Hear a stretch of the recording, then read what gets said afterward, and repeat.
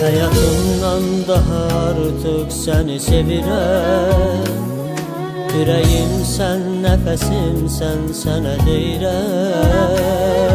Həsrətindən dəliyəm mən, sana möhtac biriyəm mən. Dözərəm hər sitəmə, hər acıya. Həsrətindən dəliyəm mən, sana möhtac biriyəm mən. Dözərəm hər sitəmə, hər acıya.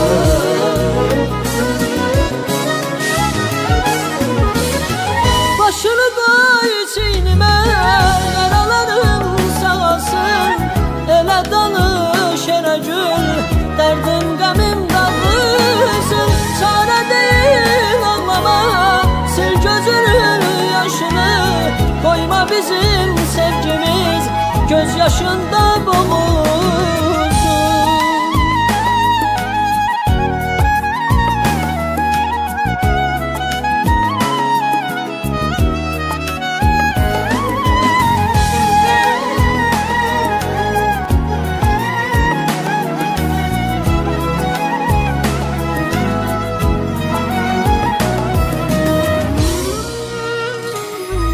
Güneşim sen, axı sensiz dona bilərəm.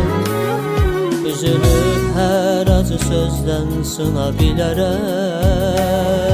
Mənə xoşdur nə desəm də, nə qədər naz eləsəm də. Dözərəm hər sitəmə, hər acıya. Mənə xoşdur nə desəm də, nə qədər naz eləsəm də. Dözərəm hər sitəmə, hər acıya.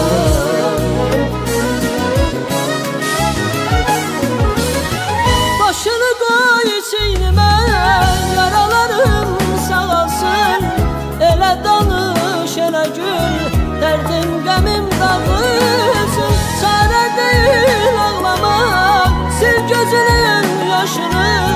Koyma bizim sevgimiz göz yaşında boğulsun. Başını koy çiynime, yaralarım sağalsın. Elə danış, elə gül, dərdim qəmim dağılsın. Çarə deyil ağlamaq, sil gözünün yaşını. Koyma bizim sevgimiz göz yaşında boğulsun.